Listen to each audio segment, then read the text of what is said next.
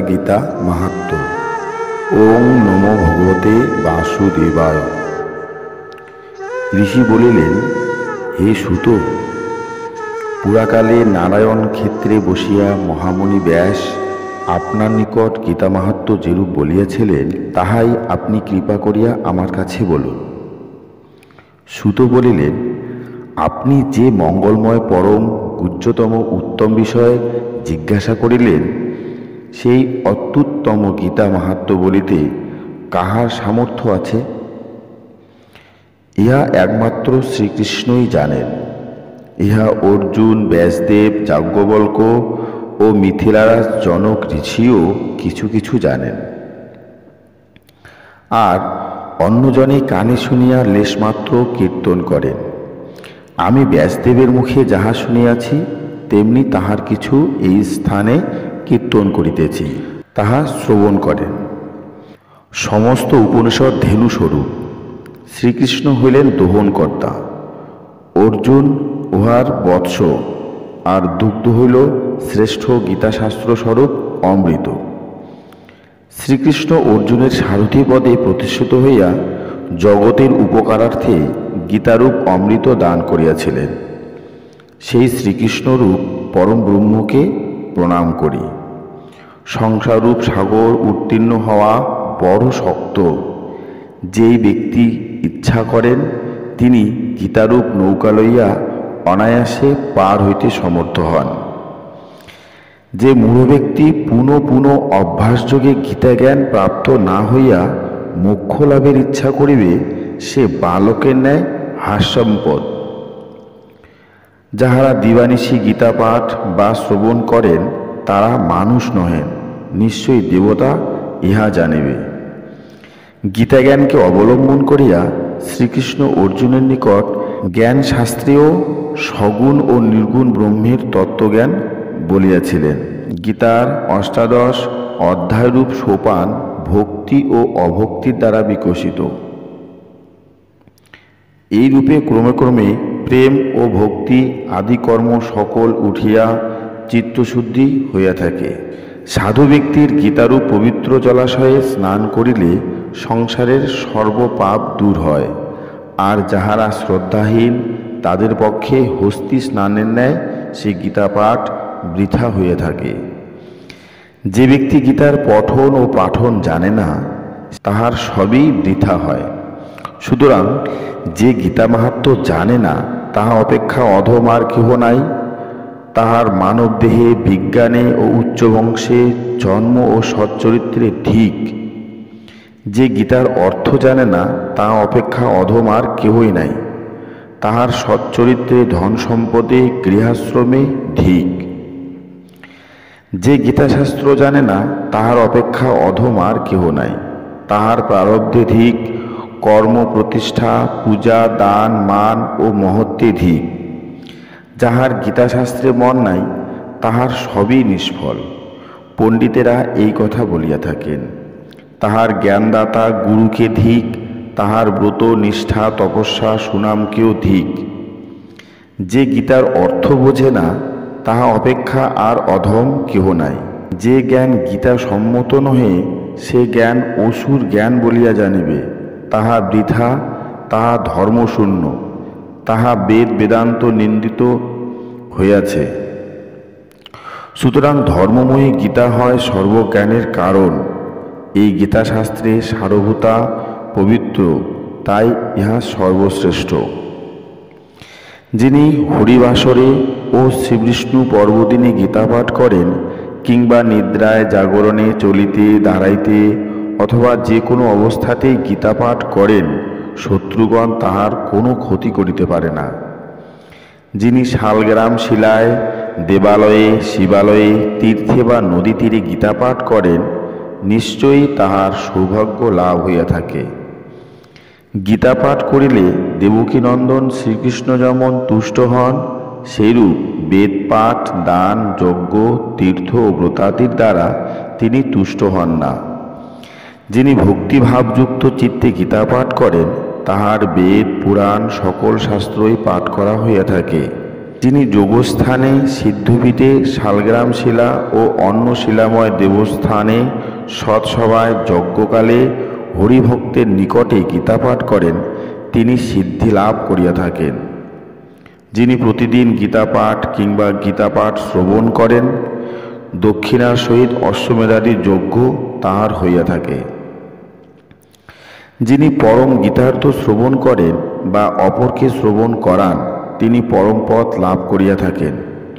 যিনি ভক্তি ও যত্ন করিয়া শাস্ত্রবিধি অনুসারে গীতা পুস্তক অপরকে দান করেন, তাহার ভার্যা প্রিয়তমা হয়। তিনি যশ, সৌভাগ্য ও অটুট স্বাস্থ্য লাভ করেন, স্ত্রীর প্রিয় হইয়া পরম সুখ লাভ করেন।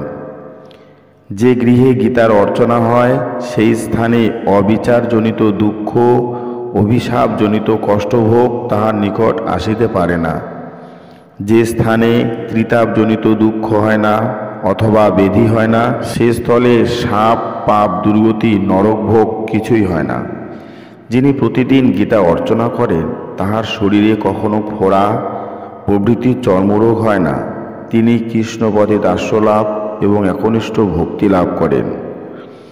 যিনি সতত গীতাপাঠ করেন, তিনি প্রারব্ধ ভোগ করিতে থাকিলেও সর্বজীবগণের সহিত তাহার সখ্য ভাব হয়। যিনি গীতা পাঠ করেন, তিনি মুক্ত এবং সুখী হন এবং সকল প্রকার মহাপাপ করিয়া থাকিলেও পদ্মপত্র জল যেমন পদ্মে লাগে না, তাহাকেও সেইরূপ পাপ স্পর্শ করিতে পারে না। অনাচার যেসব কাজ করিতে শাস্ত্রে নিষেধ আছে, সেইরূপ কাজ করিলে নিত্য ভক্ষ অভক্ষজাত, স্পর্শ অস্পর্শজাত এবং ইন্দ্রিয় দ্বারা জ্ঞানাজ্ঞানকৃত পাপ যাহা তাহাও নিত্য গীতা পাঠ করিলে বিনষ্ট হয়। সকল স্থানে ভোজনকারী এবং সর্বত্র দান গ্রহণকারী সেই ব্যক্তি নিত্য গীতা পাঠ করিলে কোনো পাপে লিপ্ত হয় না। তিনি যদি অবিধি সহিত রত্নপূর্ণ পৃথিবীতে গ্রহণ করিয়াও একবার শুধু গীতা পাঠ করেন, তিনি স্ফটিকের ন্যায় স্থিতি লাভ করেন। যাহার অন্তঃকরণ সর্বদাই গীতাতে অনুরক্ত থাকে, তিনি সাত্ত্বিক, উপকারী, ক্রিয়াবান এবং পণ্ডিত। তিনি দর্শনীয়, ধনবান, যোগী, জ্ঞানবান, যাজ্ঞিক, যাজক এবং সকল বেদের অর্থ বোঝেন। যেখানে গীতা পুস্তক থাকে এবং নিত্য পাঠ হয়, সেখানে প্রয়াগাদি সর্বতীর্থই বিরাজ করে। যেখানে গীতা পাঠাদি চলিতে থাকে, সেখানে মানবদেহ এবং মৃত্যুর পরেও সর্বদেবতা, ঋষি ও যোগীরা বাস করিয়া তাহাকে রক্ষা করিয়া থাকেন। যেখানে গীতা পাঠ করা হয়, নারদ, ধ্রুব প্রভৃতি ভক্তদের সহিত বালক কৃষ্ণবেশী গোপাল সেখানে শীঘ্রই সহায় হইয়া থাকেন। যে স্থানে গীতার বিষয় আলোচনা, পঠন পাঠন হয়, সে স্থানে ভগবান কৃষ্ণ নিজে শ্রীমতী রাধার সহিত আনন্দে ক্রীড়া করিয়া থাকেন।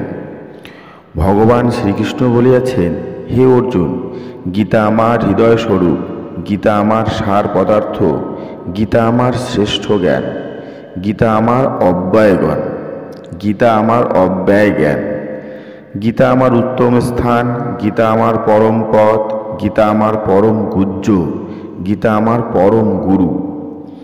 গীতার আশ্রয়ে আমি থাকি, গীতা আমার পরম গৃহ, গীতা জ্ঞান আশ্রয় করিয়া আমি ত্রিলোক পালন করি।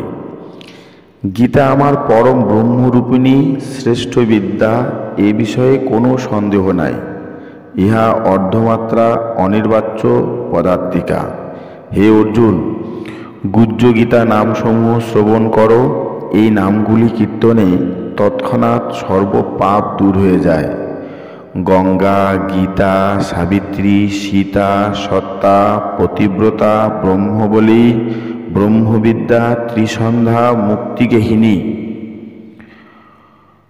অর্ধমাত্রা চিদানন্দা, ভবভগ্নী, ভ্রান্তিনাশিনী, বেদত্রয়ী, পরনন্দা, তথার্থ জ্ঞানমঞ্জুরী। গীতার এই সকল নাম কয়টি যিনি স্থির করিয়া একাগ্র চিত্তে জপ করিবেন, তিনি নিত্য জ্ঞান সিদ্ধি লাভ করেন এবং সেইভাবে অন্তে পরম পথ লাভ করিয়া থাকেন। সম্পূর্ণ গীতা পাঠ করিতে না পারিলে যদি ইহার অর্ধাংশ মাত্র পাঠ করা হয়, তাহা হইলে গোদানজনিত পুণ্য ফল লাভ হয়, ইহাতে কোনো সংশয় নাই। গীতার 3 ভাগের 1 ভাগ পাঠ করিলে সেই ব্যক্তির সোমযোগের ফললাভ হয় এবং 6 ভাগের 1 ভাগ পাঠ করিলে তাহার গঙ্গা স্নানের ফল লাভ হয়। যিনি নিত্য গীতার 2 অধ্যায় পাঠ করেন, তিনি ইন্দ্রলোকে গমন করিয়া 1 কল্পকাল নিশ্চয় তথায় মহানন্দে বাস করিয়া থাকেন। যিনি প্রত্যহ 1 অধ্যায় করিয়া ভক্তিযুক্ত মনে গীতা পাঠ করেন, তিনি রুদ্রলোকে যাইয়া ভগবান শিবের অনুচর হইয়া বহুকাল তথায় বাস করেন। যিনি প্রতিদিন গীতার অর্ধ অধ্যায় বা 4 ভাগের 1 ভাগ পাঠ করেন, তিনি সূর্যলোকে যাইয়া শতমনন্তর কাল অবস্থান করেন। যিনি প্রতিদিন গীতার 10, 7, 5, 4, 3, 2, 2, 1 বা অর্ধেক শ্লোকও পাঠ করেন, তিনি চন্দ্রলোকে যাইয়া অযুত বৎসর তথায় বাস করিয়া থাকেন। যিনি গীতার অর্ধেক 1/4 বা 1টি শ্লোকও স্মরণ করিতে করিতে দেহ ত্যাগ করেন, তিনি পরম পথ লাভ করিয়া থাকেন। যিনি মৃত্যুকালে গীতার অর্থ পাঠ কিংবা শ্রবণ করেন, তিনি মহাপাপী হইলেও মুক্তির অধিকারী হন। যিনি গীতা পাঠ পুস্তক সঙ্গে করিয়া প্রাণ ত্যাগ করেন, তিনি বৈকুণ্ঠে যান এবং বিষ্ণুর সহিত বাস করিয়া কল্পকাল পরমানন্দে থাকেন। একটি গীতার অধ্যায়ে সংযুক্ত হইয়া কেহ দেহত্যাগ করিলে আবার তিনি মনুষ্য হইয়া জন্মগ্রহণ করেন এবং পুনরায় গীতাভ্যাস করিয়া মুক্তি লাভ করেন। গীতা গীতা এই শব্দ উচ্চারণ করতে করতে যাহার মৃত্যু হয়, তাহার সদ্গতি লাভ হয়। সর্বদা গীতা পাঠ করত যে কার্য করা যায়, সেই কার্য নির্দোষ হইয়া পূর্ণতা প্রাপ্ত হয়। পূর্বপুরুষদের উদ্দেশ্যে শ্রাদ্ধে কেহ গীতা পাঠ করিলে তাহার পূর্বপুরুষগণ অতীব সন্তুষ্ট হইয়া নরক হইতে উদ্ধার পাইয়া স্বর্গে গমন করেন। গীতা পাঠের ফলে পূর্বপুরুষগণ সন্তুষ্ট হন এবং শ্রাদ্ধবাসরে পুত্রগণকে আশীর্বাদ করিতে করিতে পিতৃলোকে চলিয়া যান। যিনি গীতার সহিত ধেনুপুচ্ছ অর্থাৎ চামর দান করেন, তাহার সেই দিনের মনের বাসনা একেবারে পূর্ণত্ব লাভ করে। যিনি স্বর্ণের সহিত ব্রাহ্মণকে গীতা দান করেন, তাহার আর পুনর্বার জন্মগ্রহণ করিতে হয় না। যিনি 100 গীতা দান করেন, তিনি ব্রহ্মলোকে যান, তাহার আর জন্মগ্রহণ করিতে হয় না। গীতাদানের প্রভাবে দাতা সপ্তকল্পকাল অবধি বিষ্ণুলোকে বিষ্ণুর সহিত আনন্দে বাস করেন। যিনি গীতার ব্যাখ্যা সম্যগ্রূপে শ্রবণ করত ওই পুস্তক দান করেন, তার প্রতি ভগবান সন্তুষ্ট হইয়া মনের সকল বাসনা পূর্ণ করিয়া থাকেন। হে ভারত, চাতুর্বর্ণ মধ্যে মানুষ্য দেহ ধারণ করিয়া যিনি অমৃত রূপিণী গীতা গ্রন্থ শ্রবণ বা পাঠ করেন না, তিনি হস্ত হইতে অমৃত ত্যাগ করিয়া বিষ ভক্ষণ করেন। সংসার দুঃখে পীড়িত ব্যক্তি গীতারূপ জ্ঞান লাভ করিলে তবে সে গীতার অমৃত পান করিয়া ভক্তি লাভ করিয়া সুখী হয়। গীতাকে আশ্রয় করিয়া জনকাদি বহু রাজা নিষ্পাপ হইয়া অন্তে পরম পদ পাইয়াছেন। গীতার জ্ঞান বিষয় উচ্চ নীচ কোনো প্রভেদ নাই, ইহা সমস্ত জ্ঞানের পক্ষে সমান, ইহা ব্রহ্মজ্ঞানেরই সমান। যিনি অভিমান বা গর্বভরে গীতার নিন্দা করেন, তিনি প্রলয়কাল পর্যন্ত ঘোর নরকে বাস করেন। অজ্ঞানতাবশত যে মূঢ়তা গীতা না মানে, সে যে পর্যন্ত না কল্প শেষ হয় সেই পর্যন্ত কুম্ভীপাক নরকে পচিয়া মরে। যে সময় গীতার ব্যাখ্যা করা হয়, সেই সময়ে সে স্থানে থাকিয়া যদি কেউ শ্রবণ না করে, তবে সে বহু জন্ম শূকর যোনি প্রাপ্ত হইয়া থাকে। চুরি করিয়া যে ব্যক্তি গীতাগ্রন্থ আপন গৃহে আনে, তাহার সব ফল বৃথা হয় এবং গীতা পাঠেও কোনো ফল হয় না। যে ব্যক্তি গীতার ব্যাখ্যা শ্রবণ করিয়া সত্যই পারমার্থিকভাবে বিভোর হন না, প্রমত্ত ব্যক্তির পরিশ্রমের ন্যায় তাহার এই পৃথিবীতে কোনো কর্মেরই ফললাভ হয় না। গীতাপাঠ শ্রবণ করত পরমাত্মার প্রীতির জন্য স্বর্ণ, ভজ্র, পট্টবস্ত্র ও গীতাগ্রন্থ দান করিবে। যিনি গীতাপাঠ করেন, তাহাকে বস্ত্রাদি সহ বহুবিধ ভোজ্যদ্রব্য দিয়া পূজা করিলে ভগবান তাহাতেই সন্তুষ্ট হন। এই সকল কথা বলিয়া সূত মুনি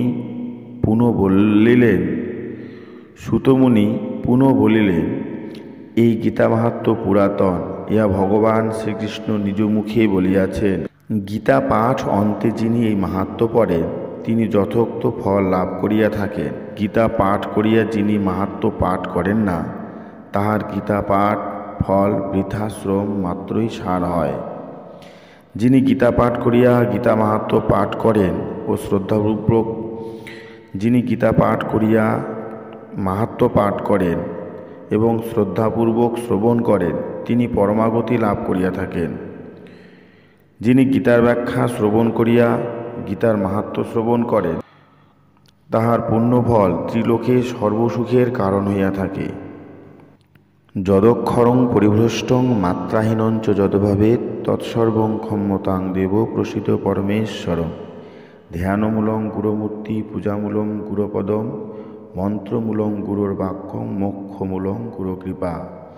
তমেব মাতা চ পিতা তমেব বন্ধুশ্চ সখা তমেব বিদ্যা দ্রবিণং তমেব সর্বং মম দেব।